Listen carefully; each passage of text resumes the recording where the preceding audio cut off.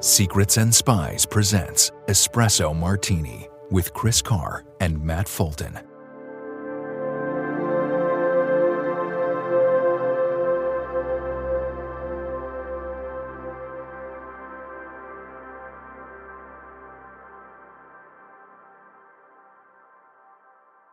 I'll get us running. And hang on. 3, 2, 1. All right, stand by. And hello, everybody, and welcome to Espresso Martini. Matt, how are you doing? I'm doing good, Chris. We're very quickly getting into spring here in the Northeast. Yeah. Yeah. How are you? Good. I'm good. We're finally getting a bit of spring here too. As I speak now, I can see blossom on a tree, which is nice. Yeah, we got those. Yes, it's usually the time of year when London actually smells nice for about 2 weeks. And then I think there's another period later in, is it May, where we have a similar thing where another batch of blossom comes out. I could be wrong there, but I feel like it happens twice a year. I could be wrong there, but I feel like it does. Maybe it's just, I don't know. Maybe it just happens such different times of the year that my memory is like, Anyway, Yeah. Who knows? Who knows? Somebody can tell me. I'm not is that a botanist being a plant expert? Is that botany? Yeah. It is. It's botanist. Yeah. So any botanists out there, please feel free to email us and tell us about blossom. A lot of botanist spies. Yeah, it's true. It's true. Yeah. Yeah. I remember once we talked about one on a past episode about what was it about now? It was about industrial espionage. A couple of years ago, there was some sort of English botanist who went to China and was stealing secrets from China for the British. It's a good cover. It is. If you think about it. I mean, it gives you a reason to like travel and be in these exotic places. Yeah. And like it's almost like saying you're like a botanist is almost like saying you're like an accountant. Like no one really follows up with that. It's like, oh, okay. No, you're a plant guy or gal. There's a film based on a Frederick Forsyth novel, The Dogs of War, where Christopher Walken's character goes undercover as a botanist and then he gets quizzed on like the Latin names for certain birds. So if it is your cover, you better know your stuff. That's a good point. Yeah, you have to have some sort of subject matter knowledge there. Yeah. Because yeah, I don't think I'd be very good as a botanist. I could be a photographer. I could totally talk about f-stops versus t-stops and ND filters and graduated filters and what have you. But anyway. Yeah. Well, filters and plants aside, on today's episode, we're going to look at President Vladimir Putin exploiting the ISIS-K attack for his war on Ukraine. Then we're going to look at House Republicans holding up US aid to Ukraine. And then we're going to look at new revelations in regards to Havana Syndrome that have come from a new episode of 60 Minutes. So we cover quite a lot of very interesting information on Espresso Martini today. And then we're going to move on to our Patreon-only show, Extra Shot. On that, we're going to look at Chinese disinformation efforts targeting US elections, a Chinese drone flying over the Sea of Japan, and the results of a recent survey in the US that suggests some gun owners may be willing to engage in political violence. And then we wrap up looking at Hollywood's depiction of espionage in film and television. You'll need to be a Patreon subscriber to get access to Extra Shot. Just go to patreon.com/secrets and spies and pick a subscription level that works best for you. And depending on which level you select, you'll get a free cup or coaster. Well, let's go to Moscow and look at the ISIS-K attack. So, not the cheeriest of starts, but I'm hoping towards the end it will get cheerier on this podcast. Or at least it will on Extra Shot, I think. So, here we are. So, on the 22nd of March, ISIS-K gunmen stormed a concert at the Crocus City Hall in Moscow. They were armed with Kalashnikov-style assault rifles. 145 concert-goers were shot and killed, and injured a further 551. So we're talking about a lot of people there. Videos of the attack show the gunmen use indiscriminate violence targeting anyone that moved. And I'll say this now. I saw some of the video and it was really quite disturbing and shocking. I've usually try and avoid watching videos of mass killings, but it was on Twitter and for whatever reason, I was drawn into it and it was appalling. And in fact, one of the weird observations I have is I noticed one of the gunmen was firing so much that I guess it was the residue of gunpowder in his gun caught fire in the barrel of the gun. So when he was in the lobby going into the concert hall, he had shot so much that I guess he hadn't cleaned the gun properly, or they're using bad ammunition, but the barrel caught on fire. It was like, whoa. And some people were like, is that a flamethrower? But no, it turned out to be the residue gunpowder catching on fire. And that does happen, apparently, especially if you don't clean your guns. So ISIS-K claimed responsibility for that attack, and to the surprise of few in the West, people wondered, why would ISIS-K attack Russia?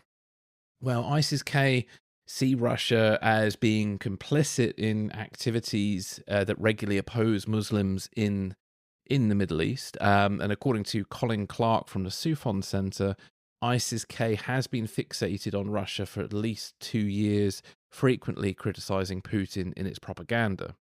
ISIS-K, otherwise known as the Islamic State of Khorasan, is named after an old term for the region that includes Iran, Turkmenistan, and Afghanistan. It emerged in eastern Afghanistan late 2014 and quickly established a reputation for extreme brutality. So very much on the ISIS brand there. ISIS-K has threatened to commit similar attacks in France and the UK, and in fact there was some ISIS propaganda where they depicted the Emirates Stadium, which is the stadium for Arsenal in London. The US government had warned Russia that a potential attack targeting large gatherings in Moscow is imminent, and this was a warning that Putin dismissed just 3 days before the ISIS attack on the 22nd of March. Putin said that the warnings resembled outright blackmail and an intention to intimidate and destabilize Russian society. The Russian authorities managed to catch the gunman quite quickly after the attack, and then they subjected him to numerous forms of torture, ranging from electrifying the testicles of one suspect and cutting off the ear of another and feeding it to him. And those videos were both posted online via Telegram and Twitter. And I can tell you now they made disturbing viewing, because for some stupid reason I decided to watch a man have his ear cut off and made to eat it, which was not pleasant. You've had a fun couple of days researching this show. I did. I don't know why I did that, but there we go. Yeah. I avoided watching the man with his testicles being electrified. That's a good idea. I saw a photograph of mid electrocution. It did not look pleasant. Ooh. So it is believed that the Russians are using tried and tested torture techniques to force the gunman to claim links to Ukraine, despite ISIS-K taking responsibility for the attack. And they have taken responsibility quite a few times now, because they're quite frustrated with the Russian government as well. And not wishing to waste a terrible atrocity, Putin, immediately after the attack, said that Ukrainians were responsible and working for the West, and his propagandists echoed this.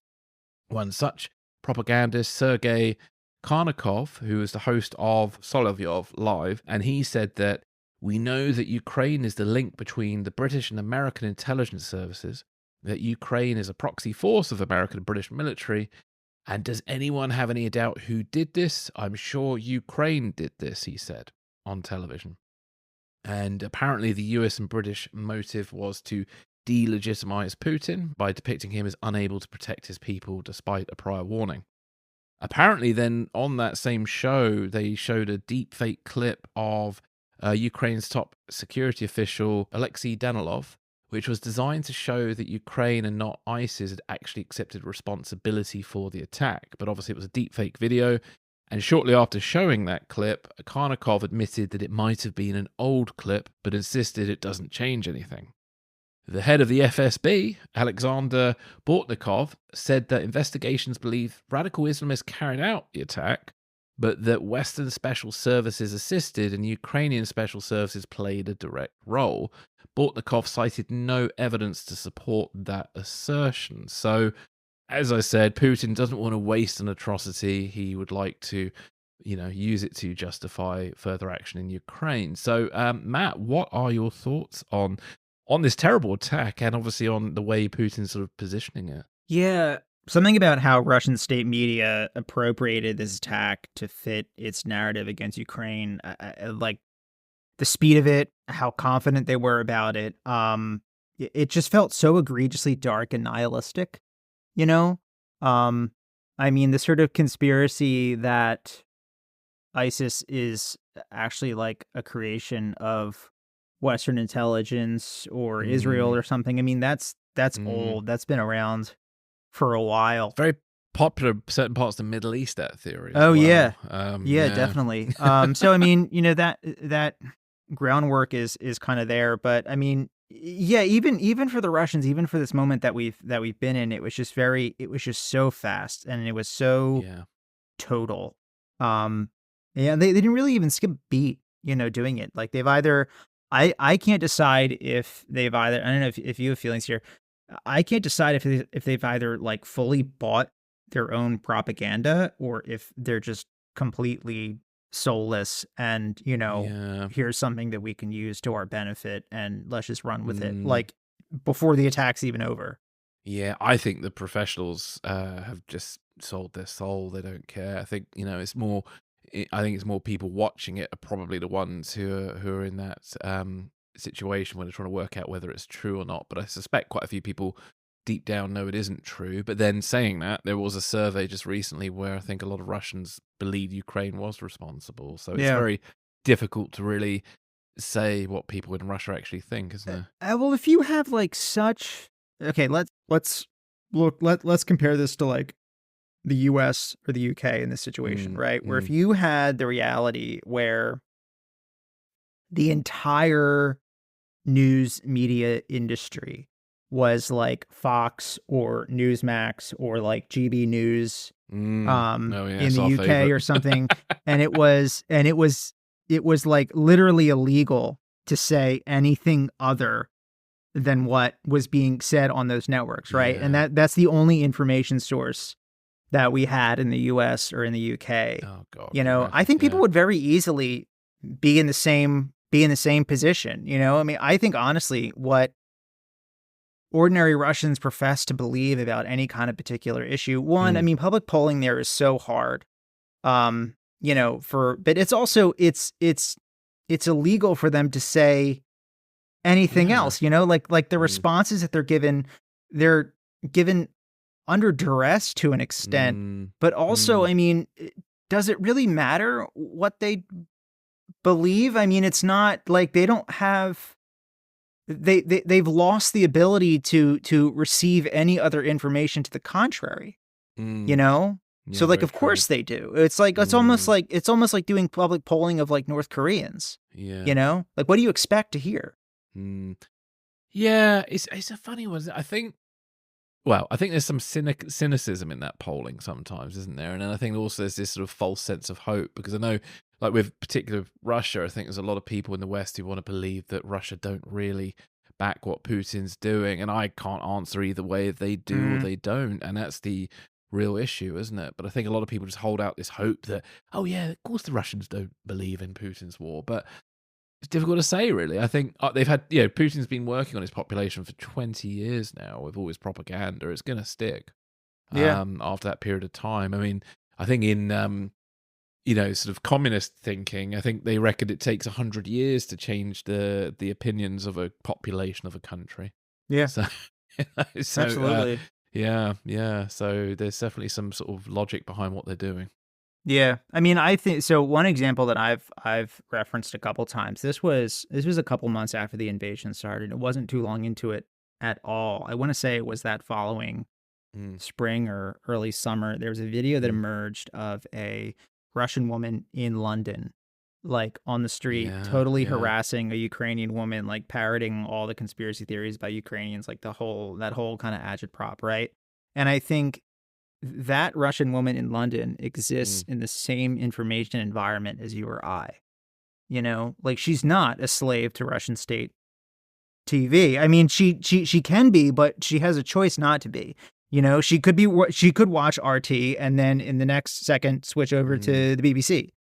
Well, the interesting thing there is her experience is state propaganda, so she's going to assume that any media over here is the same. Because I've had conversations of people who grew up in communist Poland, and they can't shake the idea that any media is not state-run and controlled and trying to manipulate them. And so it leads them down the path. This particular individual I was speaking to, funny enough, was a flat earther from Poland, grew up in communist Poland, and just, basically believed the opposite of everything now because that was her reaction to what she grew up with.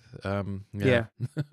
As far as like the condition that the terrorists were in when they were brought into court, I didn't I saw those pictures of them in court. I didn't see. I saw videos of the attack itself. I didn't see any videos of them being tortured. I could have. I just like it was right there. I just chose not to. You didn't miss Yeah, anything. I can imagine God. what was going down.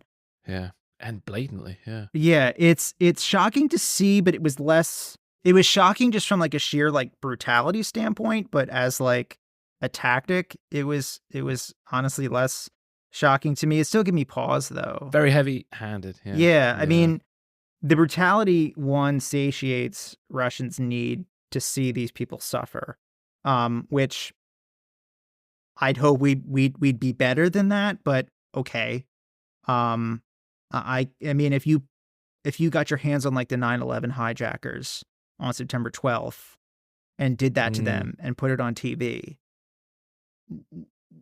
the vast majority of people would not have any problem with it at all. You know? Yeah. I think I think that fact there speaks more to just human nature rather than anything specific about the Russians. I mean, the difference is that their government would do that. I don't think ours would. No, well, at least when, like with the black site stuff that happened with the US government, We were like Abu there was Ghraib. such an outroar. Yeah, there was such an outrage about it that they're not allowed to do that. So when, that's the big difference, I think. But yeah. The difference with that though is that was quite a bit removed from that was a couple years removed from 9/11, and like I'm talking about like the hijackers. Totally. Like if you if you pulled them out and somehow managed to get a hold of the hijackers, on September 12th, I think you could do that and get away with it. And maybe I think we would look back on it and be like, yeah, that's not our finest hour. We shouldn't have done that. That was wrong. But in the moment, I think most people would be totally cheering for it. Just being honest. Yeah. This deflects anger towards the Kremlin for failing to disrupt the attack when they were clearly warned. Yep. It also it gives a warning to anyone at home in Russia who opposes Putin or the regime, like the messages, even though you're not ISIS, don't think this scale of violence can be visited upon you. Yeah. I think that's honestly what they were doing there. Yeah, I agree.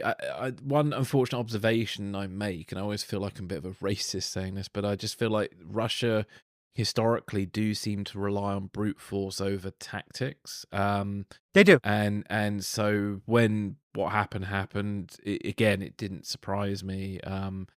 But I had real mixed feelings actually, because I felt really disgusted by what I was seeing, but at the same time, after seeing the footage of the attack, didn't feel totally sorry for the guys, if you know what I mean. I felt really conflicted. I don't feel sorry for them. I don't feel sorry. I'm like don't that's not. No.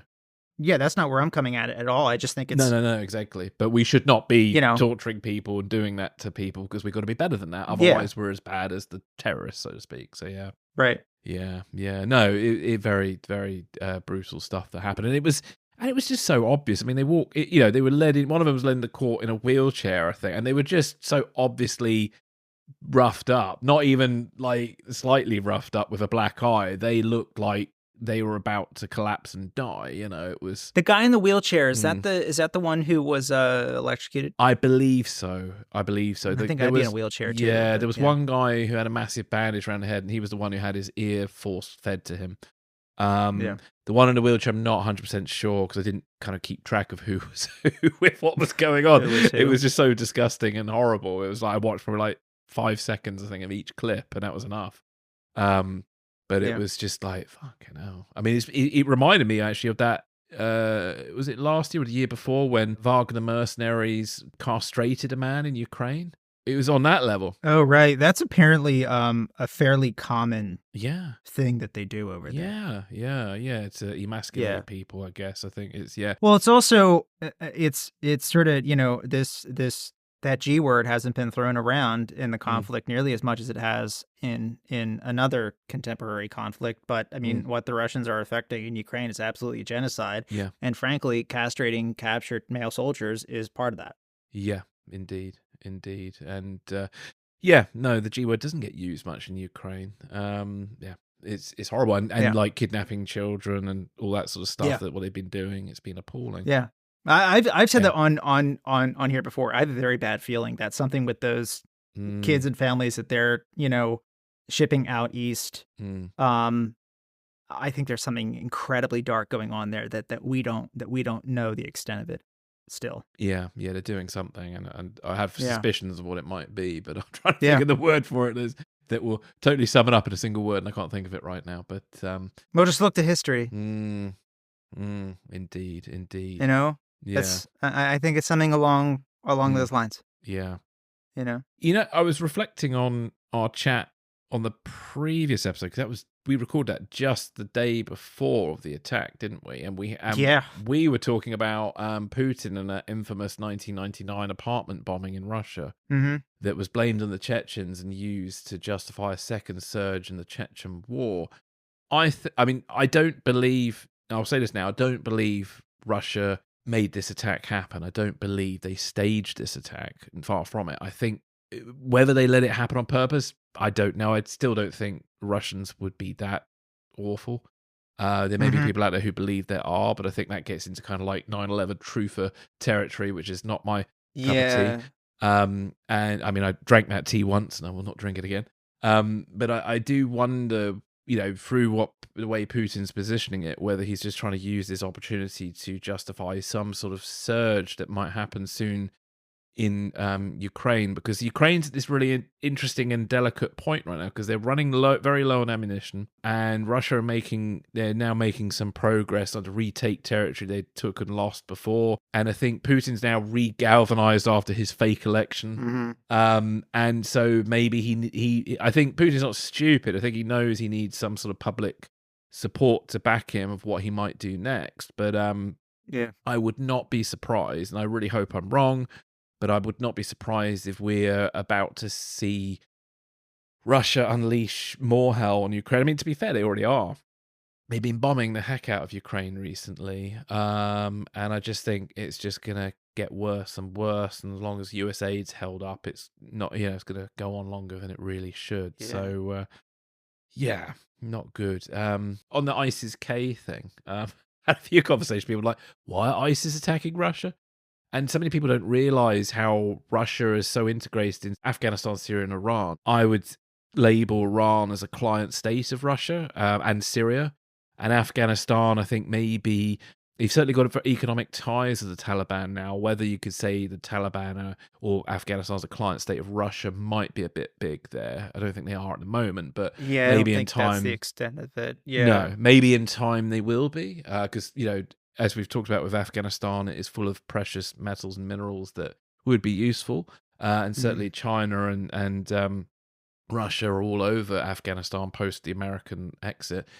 So, that is why, because ISIS-K are attacking the Taliban, because ISIS-K want to be the dominant power in Afghanistan and rule it in the way they see fit. Because apparently the Taliban are not brutal enough.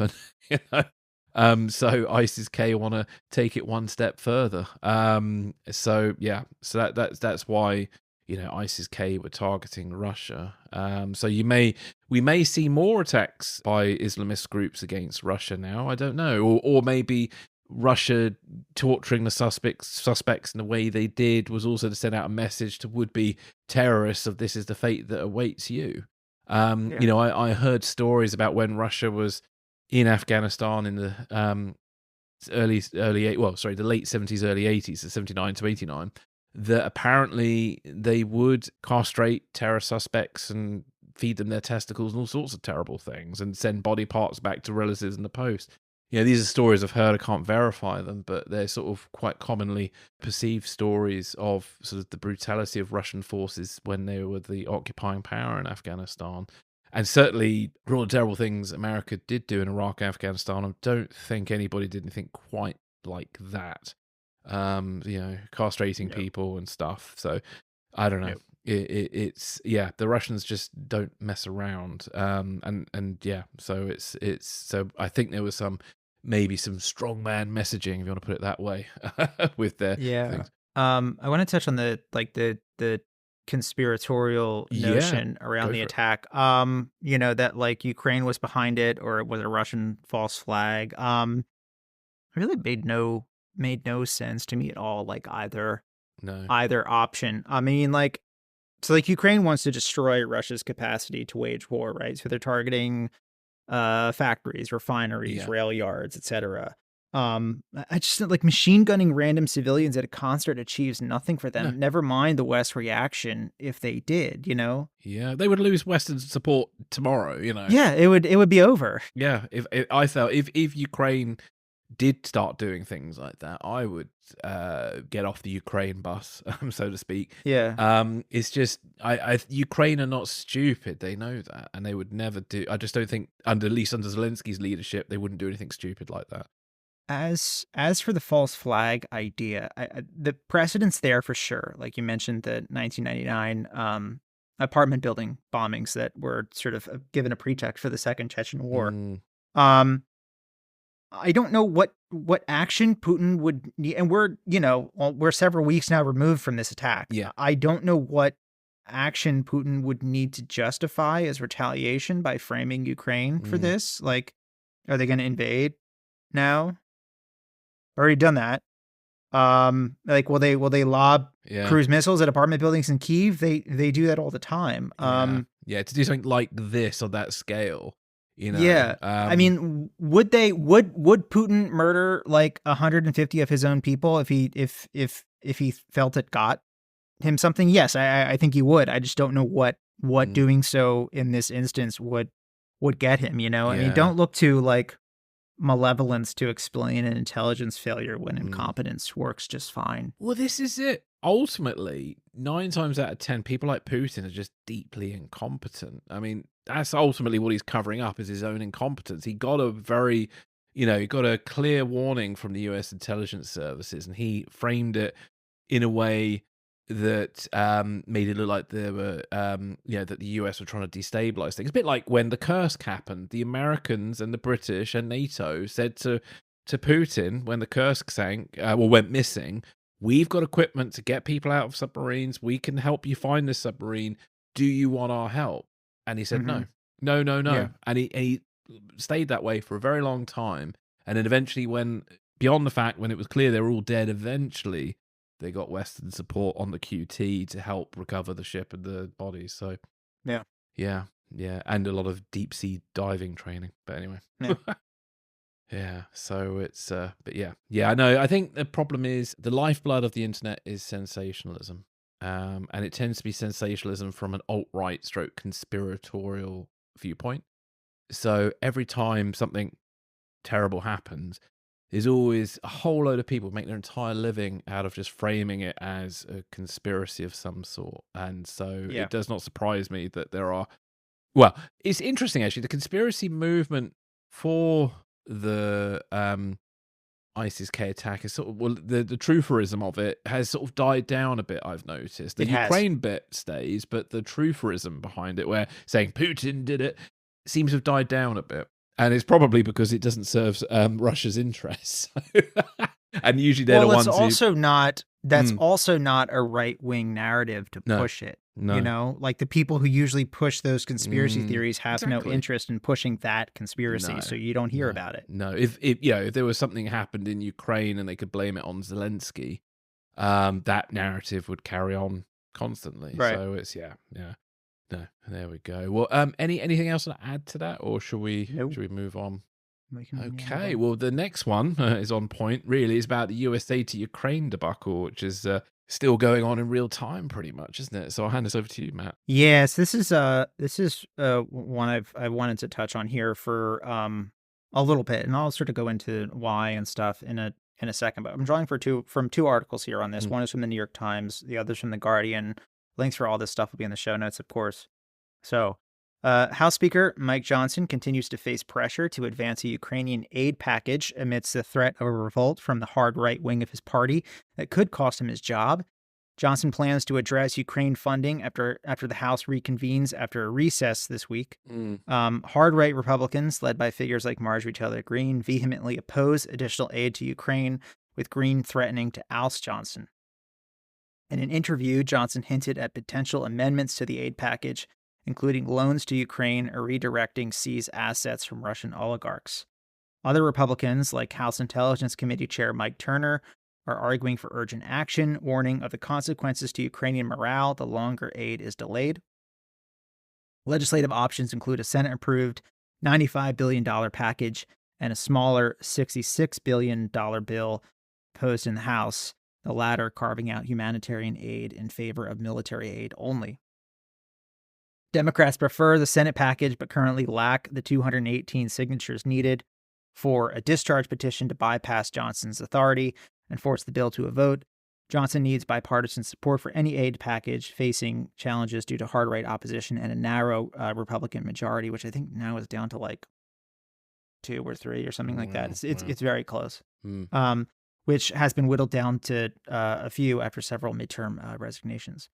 Marjorie Taylor Greene's threat of a motion to vacate Speaker Johnson adds to the uncertainty, creating the potential for more chaos in House leadership. Some Democrats have expressed conditional support for Johnson, offering him the votes to save his speakership, while progressives like Alexandria Ocasio-Cortez demand legislative concessions. However, even some hard-right Republicans hesitate to oust Johnson due to the risk of a Democratic speaker. As the House reconvenes, Johnson faces a critical decision on whether to risk his speakership on Ukraine funding. So, a couple notes on here, and then I'll hand it over to you, Chris. So, I flagged this story because it's one of those issues that's a domestic story for me and about half of our audience, but an international one for you, Chris, and the other half. It's also the one obstacle for Ukraine getting the military aid it desperately needs. I've also been asked more than once, what's the holdup? So a couple notes on congressional rules that aren't clearly explained in the articles here that I think will help people understand how and why this is happening. So some version of a Ukraine aid bill has always had majority support in Congress. It easily passes Senate. The votes are 100% there to pass it in the House. However, the Speaker's office alone has authority to schedule votes on pending legislation. Then there's the Hastert rule, which says that the Speaker will not schedule a floor vote on any bill that does not have majority support within their party, even if the majority of members of the House would vote to pass it. So it's like the majority of the majority, right? It's an informal principle, not written into any actual rules, and is absolutely anti-democratic, partisan exercise, often applied selectively when politically expedient, but them's the breaks. It's unclear how many Republicans would vote for Ukraine aid on the floor, but I'd give decent odds that it probably won't be the majority of them. A lot, but they'll have a lot of defections too. Yeah. The bill would likely then only pass with overwhelming Democratic support, and it's this sort of looming partisan embarrassment and the promised, wrath of his hard right flank surely to follow that prevents Johnson from bringing it to a vote. Then I hear you ask, but Matt, isn't there some parliamentary trick to get around him? And to that I answer, there's this procedure called the discharge petition that would force the Speaker to move a bill out of committee into the floor for a vote if it receives the signatures of a clear majority of the House. So right now that's 218 members. But that would require several Republicans to openly defy their party leadership. It also just historically rarely succeeds in practice. It's always sort of thrown around as like a magic answer, then it just doesn't work. Really happens. Right. Yeah. So for any of my friends overseas who thought, if congressional Democrats and Republicans support this aid, why can't they just get their act together and pass it? There's your explanation. And if after you're still asking, but why can't they just get their act together and pass it? I'm just as frustrated as you. It's infuriating, and we deal with it all the time now. And not just on foreign issues either. But this is our system, for better or worse, and here's how it gets abused. Yeah. So. Well, I want to make sure I understand it correctly. So am I right that basically I get the impression that traditional Republicans, should we say of the kind of the Bush ilk, would be more supportive of giving aid to Ukraine, but it tends to be the more MAGA Republicans who are the ones who are kind of opposed to it. Is that right, do you think? Roughly? Yeah, that's true. As a generalization, because I think yes. So the Republican Party appears to be going through a bit of a crisis, doesn't it? Where it's trying to work out. You've got this sort of isolationist MAGA side, and then you've got the kind of the more Bush interventionist side. If I put like it the that Reagan way. kind of Reagan stuff, and so. So so internally that's become the issue, and then Johnson's sort of the man in the middle. I don't know where Johnson fits on the scale from MAGA to Reagan. Where is he in that scale? He's I think he's sort of naturally moved with his environment. Yeah. So he's a bit like Mitch McConnell, a bit of an opportunist, and that. Kind of. Yeah. Or Yeah. is that a bit too generous? That's not a bad way to look at it. Yeah. Yeah. I don't think it's a one-to-one comparison between the two. Johnson's way more of a sort of a Christian nationalist, frankly. Like, I think he would describe himself as a Christian nationalist. I'm not saying that to like insult him. Than Mitch McConnell, but they are sort of I don't know. It's if you look at like the hard right of the side of the caucus and their influence on McConnell to a lesser extent, but Johnson also, it's very much like the tail wagging the dog, you know? Yeah, indeed. Yeah, and like with the MAGA side of things, you know, Marjorie Taylor Greene was echoing Russian propaganda the other day, saying that the Ukrainian government are attacking Christians and Russia's not doing that, and they seem to be protecting it. And by protecting it, she means protecting Christianity. So she's sort of coming at the Ukraine issue from this weirdly kind of pseudo-Christian kind of position that seems to be, you know, basically in support of Russia. And as we've said before, and I, you know, bore people to death with this probably, is that, you know, we've been saying that Russia's positioning itself and has been for the last 20 years as sort of the savior of the white Christian world, which then seems to intersect with MAGA Republicans, this thing. And I think this is partly, obviously not completely, but partly explains why, should we say, the real diehard MAGA Republicans are opposed to aid. Then you've probably got the opportunist MAGA Republicans who just want to, I don't know, be successful and powerful. And then you've got the Republican stroke, the sort of Reagan stroke Bush Republicans scratching their head trying to work out what the hell's going on, even though they kind of sowed the seeds for this by the way they used Christianity during the War on Terror. So it's a real damn mess from quite a few different things, and sadly it's costing Ukrainian lives, and it's making the Biden administration look a bit feckless internationally, and also I think it's totally out of their power. You know, like I know Taras Kuzio, hearing your interview with him, like very frustrated, and there's a lot of people in Europe who are it's totally out of his hands. Yeah, exactly. Because it's not like, because America's not at war itself, the president doesn't really have authority to bypass anything, does he? If America were at war, am I right that there's an executive order he could do? But there's like the Defense Production Act and everything, and was the National Defense? Yeah, but that's not on the table. No, it's not. And it never would be in this situation because it's supporting. It just doesn't. Yeah. It's kind of, it has some echoes to what happened during the early days of World War II before America officially came on board. I have that in my notes. Yeah, you know, the America First movement back then were isolationist, a bit pro-Hitler, and against, because of the horrors of World War One and stuff, partly, they didn't want America engaged in another, as they saw it, European war, and it has so many echoes there of that. Well, so I mean, as you said, said it perfectly. Like, we confronted the same hurdle in supplying aid to the UK in those couple of years before Pearl Harbor, and then Pearl Harbor completely changed everything, right? And it's that non-interventionist streak in our culture that was really prevalent then, and I don't think has been more so now than it has been at any point since then.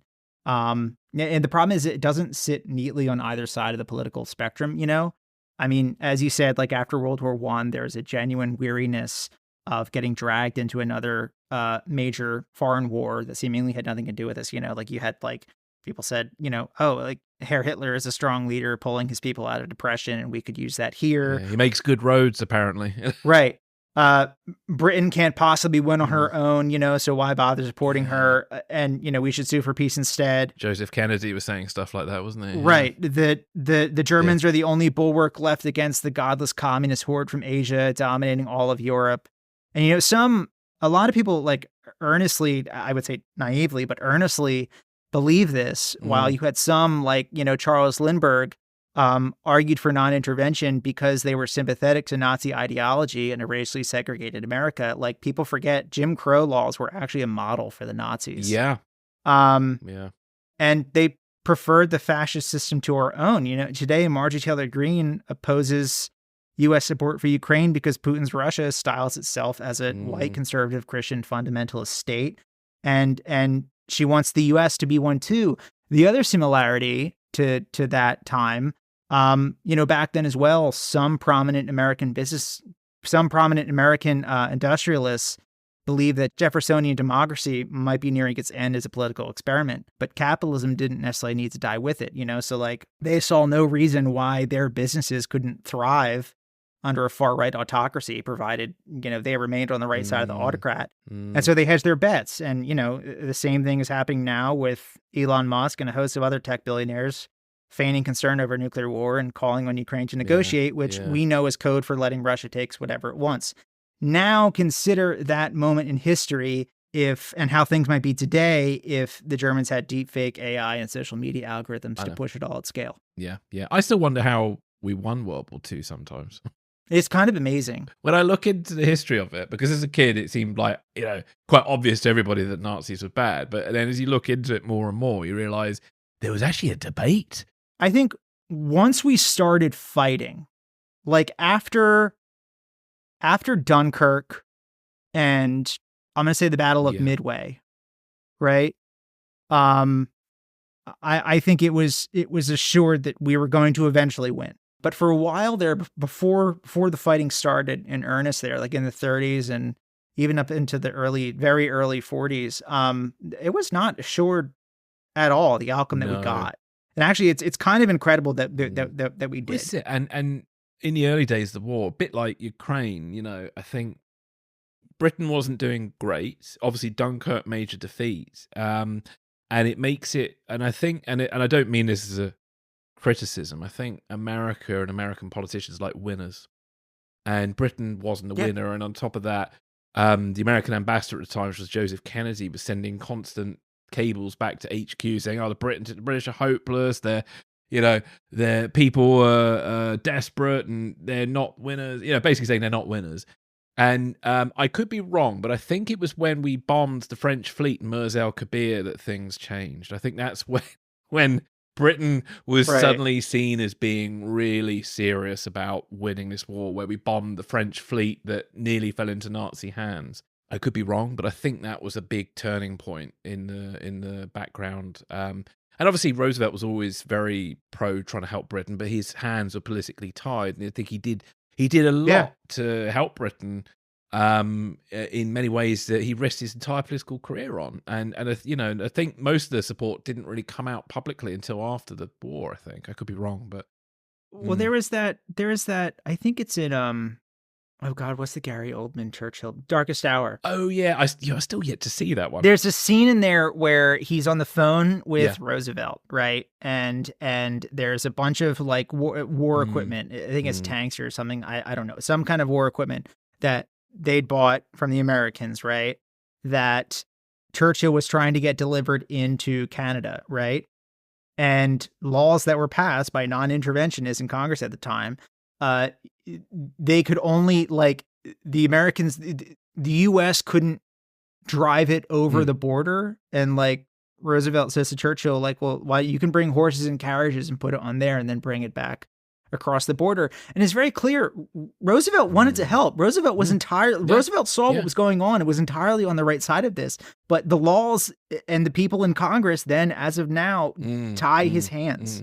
So you can see all the parallels of that. I mean, I think especially in Britain, we're very guilty of always constantly comparing things to World War II, but I think definitely this is the clearer comparison in recent history. I don't think you could really compare what happened in 9/11 to World War II and the response to it, but this definitely feels very, very much like a page out of history repeating itself. And the fact that you got an America First movement is just borderline comical. Literally called the same thing. Yeah, it's borderline comical. Yeah. Right, let's take a break and we'll be right back.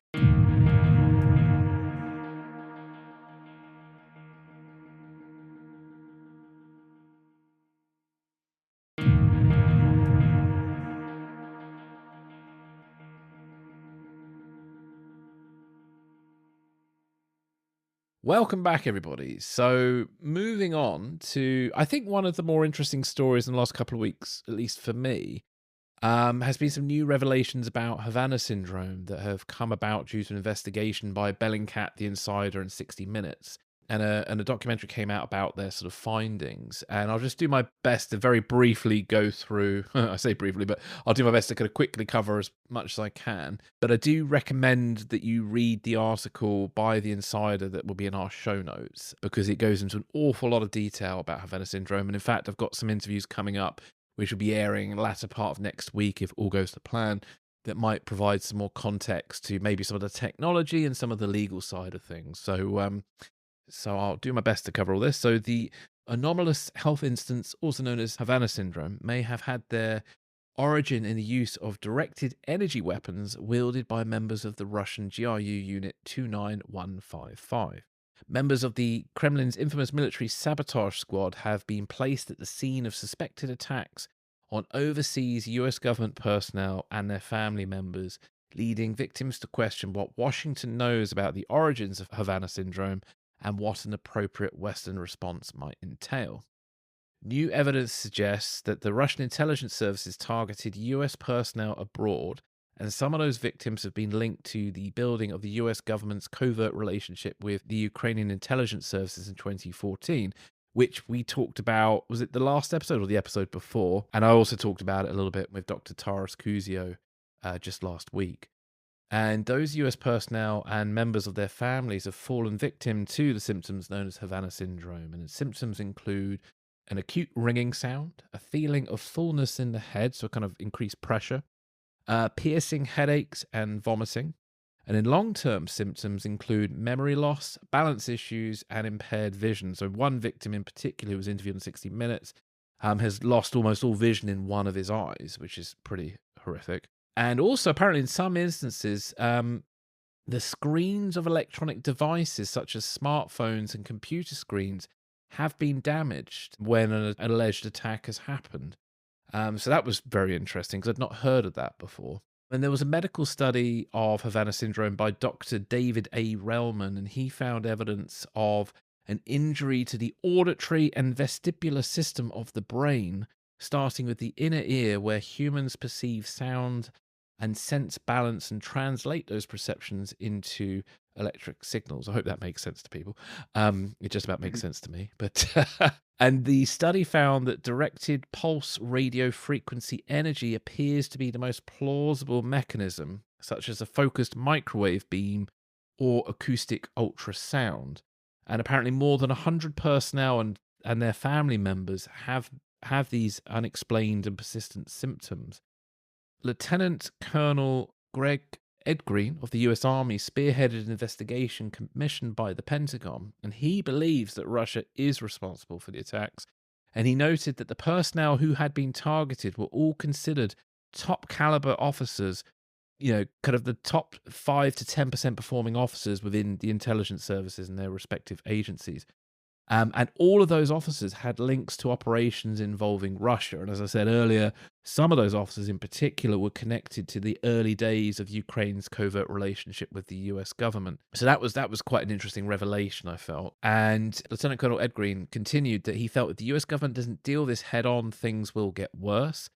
And the US government officially has said there's no credible evidence that there have been attacks linked to Russia. So all of that just scratches the surface of a very detailed article by The Insider, which I do recommend you read. Yes, but Matt, I'm going to hand over to you. What are your thoughts on all of this? Yeah, you and I discussed offline recently, I think right after this news broke, how kind of odd it is that like the assumption right after these cases began was, yeah, it's probably Russian intelligence using a directed energy weapon.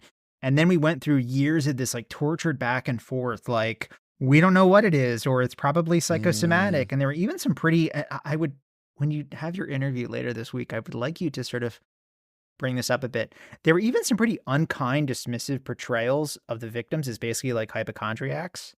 Yeah, I've seen that. Right? Yeah. Now Occam's razor, it turns out, yeah, it's probably Russian intelligence using a directed energy weapon. I suppose it depends on which brand of Occam's razor you use, really, doesn't it? Yeah, not any Russian made. Yeah. But like looking at the string of targets presented here, the who, the where, the when, I mean, Russia does seem like an obvious culprit, like so you have uh Ukraine and Georgia precisely at the moment. CIA stations are staffing up to Yeah. counter Russian activities there. Havana following the US-Cuban rapprochement.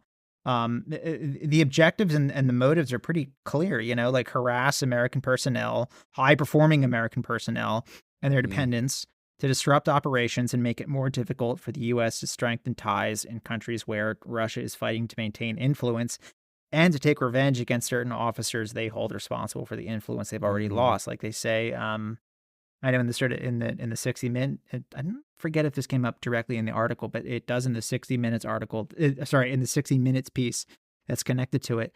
Almost everyone targeted by this thing, or affected by it, we'll say, were involved in dealing with the Russians in some way, which I think is very telling. Of the two, and I would love to hear what you think about this part. So in the Insider article, they offer like two possible reasons of why people feel that the intelligence community has withheld all that it knows about Havana Syndrome. And they say the first is that releasing the full intelligence around Russian involvement might be so shocking as to convince the American people and their representatives that Moscow has committed an act of war against the United States, or acknowledging that Havana Syndrome is caused by a foreign adversary could put a damper on recruitment to the CIA and the State Department. After all, how many Americans would be willing to serve their country overseas in the full knowledge that their next load of laundry or morning jaunt to the embassy could result in permanent physical and mental health ailments? That's their quote there. I've definitely got to push back their second point. I think what's more of a turn-off is when the American government turn their back on their own personnel who have been injured in the line of duty. Yeah. Which is what it feels like at the moment. Right.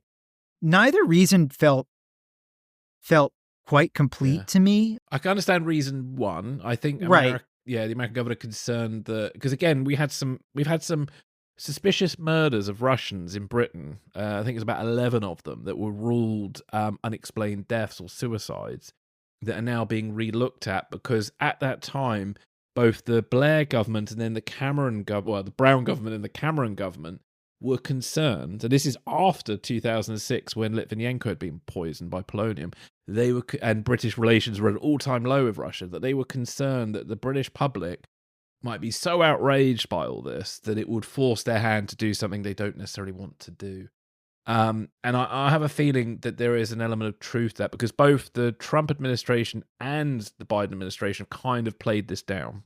So it's not one or the other, it's both of them have done that. And the only conclusion you can draw from that is there is a level of concern about how this is perceived. There is a third point I would throw in, it's a bit like Gulf War syndrome, where I think that the American government are probably concerned that they have they might get sued by personnel because of a lack of duty of care.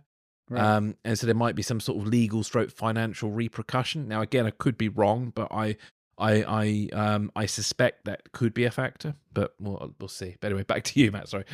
I just think, like, how extensive would a campaign, and this stuff is very serious. I'm not downplaying this at all. It's very 100 serious. people, it's not just, it's their families too. It's not even just the personnel. It's like the wife, or I don't know if kids have been affected. I could be wrong, but kids. Yeah. At least they talk about in the 60 minute piece. But like, how extensive would a campaign of less than lethal attacks, largely directed against U.S. diplomats and intelligence officers, need to be for Americans to demand open war against Russia?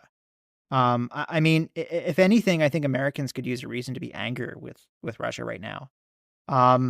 As for the recruitment concern, I mean, I really don't want this to sound flippant, but I mean, anyone signing up to, and I will clarify this in a second, so hold your pitchforks.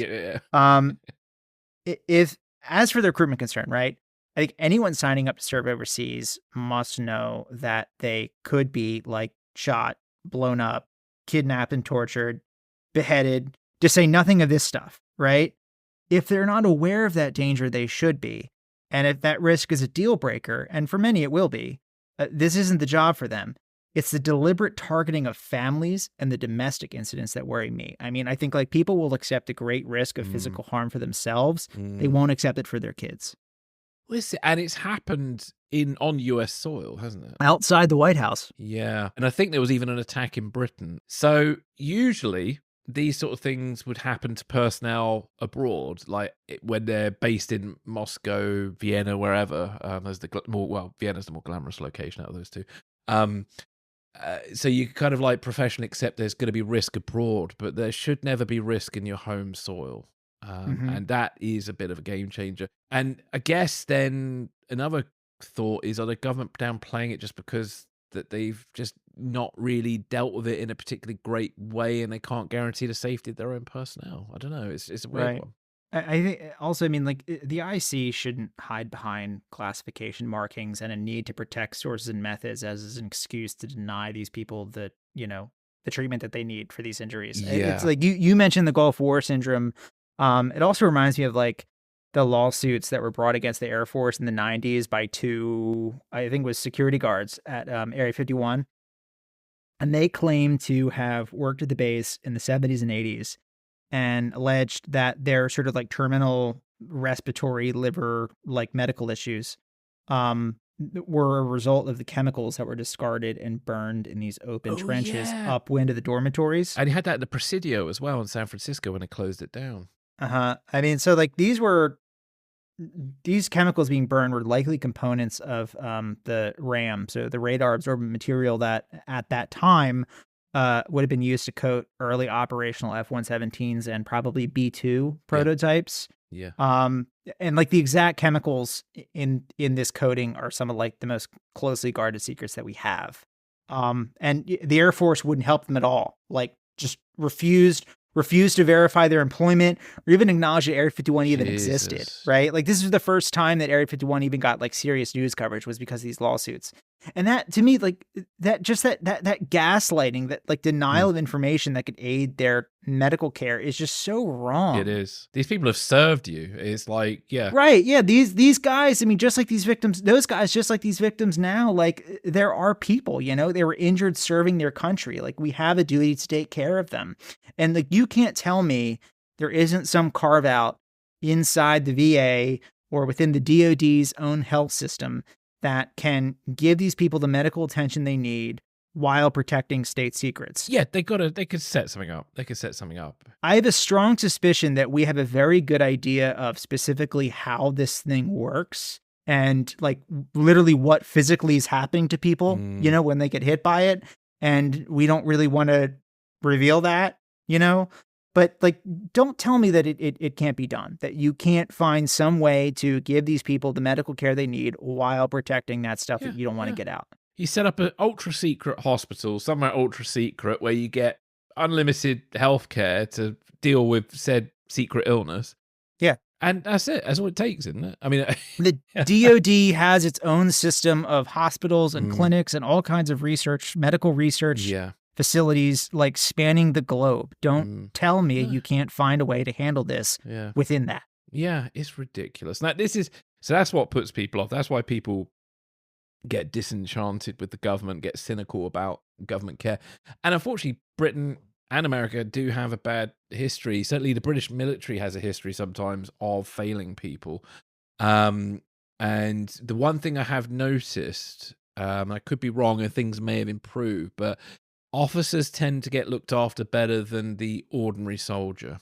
I think that's the non-commissioned soldier. I think that's what the terminology for a regular soldier is. Yeah. But the officers tend to get looked after better. And that's wrong. Everybody, if you've served your country, you put your life on the line for your country, and already you've accepted that, you're going to get a pretty crap paycheck. Because again, we have another problem in the UK at the moment. A lot of, I think it's mainly the British Army, it could be RAF too, but a lot of soldiers have very poor living facilities, very poor quality. Some have got terrible black mold and all sorts of things. And that, again, that's terrible. It is appalling. They shouldn't, I'm not saying they should be getting 5-star. It'd be good if you could afford a 5-star Ritz experience, but what you could at least do is just make sure places are safe, clean, and, and of an acceptable standard. But that's not the case. And I just don't understand it. And it's just that there's something gone very wrong when you're not looking after your own people who are serving you. Yeah. Something has gone terribly wrong there, and I just boggles my mind, especially like, there's aspects of Britain and American culture that are very militaristic. And, in Britain, we have the poppy appeal every year. Right. And it always seems to get some people getting very, very pro-military. And then you get the kind of people who are a bit more, should we say, far left, who bring up this endless debate of, should we have be supporting the military in this way? And I'm going to wear a white poppy instead of a red poppy. But if you're wearing a red poppy, for God's sake, surely you've got to think that we've got to look after people, Yeah. And I just don't understand why we don't. So Yeah. I share that same sentiment with you, man. It's just boggles my mind. And the gaslighting side of it too is appalling. Because I think you were saying earlier, and I think I've seen it, some victims have just been made out to be liars, or hypochondriacs. Yeah. And if these are the top 5%, 5 to 10% of performers in the US government, if you're treating them like that, again, that's Right. gonna look bad. So I don't know, very weird. But I'm hoping to learn more about the technology behind it, because that's the thing. Because here's the thing about the directed energy weapons. I'm trying to get my head round how you power such a device. In Right. the 60 Minutes documentary, they showed something that looked like a big walkie-talkie. Now, I don't know if that was the directed energy weapon. Now, I thought it was, but when I Were rewatched the you documentary, Are yeah. you talking about that it almost looked like an old Mm. like an old, like, early 2000s kind of cell phone kinda looking thing that was It was sort of brown. that the thing that they said that he could hit a button and, like, kill all the GPS data in the car? That's it. So That's very cool. that was, yeah. So I don't know. When I first watched the 60 Minutes documentary, actually, funnily enough, wasn't feeling very well at the time. I just had some terrible food poisoning. So Your ears weren't ringing, were they? no, I was in a semi-delirious state watching it at like 3 a.m. It's so very meta. So when that sequence came on, I misunderstood, because it looked like they'd captured a device, and then it turns out that the device they had captured wasn't the directed energy weapon, but it might be this cool thing that can wipe all electronic data around you. Is it like sending out a small EMP or something? Like, what's it doing? They didn't explain how it works. No. I could look into it. But what they said was, yeah, it looked like a sort of like an early 2000s cell phone or like a walkie-talkie or something, and they said it could be used to like sort of clear all the sort of like electronic information in the car. So like your like GPS tracking data and all that kind of stuff. You could just hit a button and all that stuff would just disappear. Yeah, what specifically that is or how it works, I have no need for something like that, but I'd love something like that. I'm interested in that. Yeah, kind of cool. Should get them as a Yeah. sponsor. Yeah.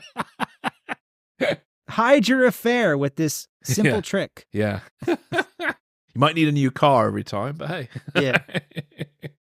Oh dear. Well, look, I don't know if there's anything else you want to add. I think I've pretty much said all I'm going to say, I think, on this. But Yeah, I'm very interested to hear what you learned from your conversations this coming week. I think that'll be very interesting. Yeah. I won't say who's coming on because they might change their mind, but fingers crossed that the two guests who've committed so far will join me, and we'll chat about it and hopefully be all better educated on various aspects of this case by the end of it. So I know who they are, and they're very good people to have on the show. yes, so I'm quite pleased. So right, well, I think we will move over to Extra Shot. So Matt, thank you. Thank you. And for those listening out there, thank you very much for joining us today. If you do want to join us in Extra Shot, all you need to do is go to patreon.com/secrets and spies, and you can subscribe there. I will include a direct link to the next episode of Extra Shot in the show notes. So all you actually have to do is click on that link. We will be covering Chinese disinformation efforts targeting the US elections, a Chinese drone flying over the Sea of Japan, and a recent survey that suggests some US gun owners might consider engaging in political violence. And then we will wrap up by looking at Hollywood's depiction of espionage in film and television. Where can people find us online, Chris? So people can connect with us on social media. We are on Twitter, we're on Blue Sky and Spoutable, and all you have to do is go to those websites and just type in Secrets and Spies, and you'll find us. Even though you might not find us on Twitter, because I think we've been semi-shadow banned on Twitter. Because when you search for us, we don't always come up. But if you go to the bottom of this of the show notes, you can click on a direct link there, and it should take you to our Twitter page and all our other pages. Don't forget, we're also on YouTube. So if you like looking at squiggly lines as we speak, you can go to YouTube and see us on there. And that's it, really. So.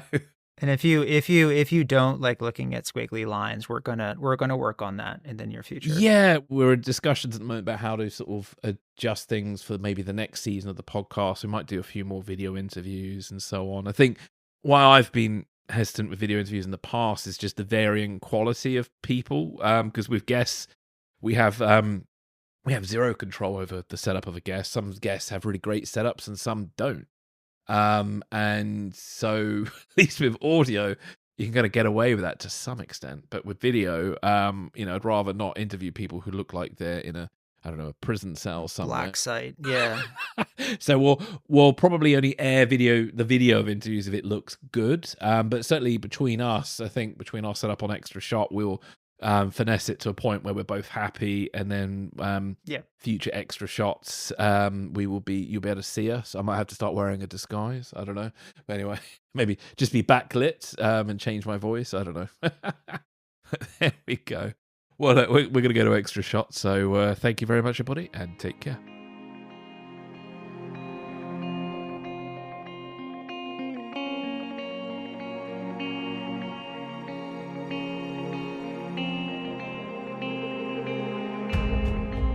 Thanks for listening.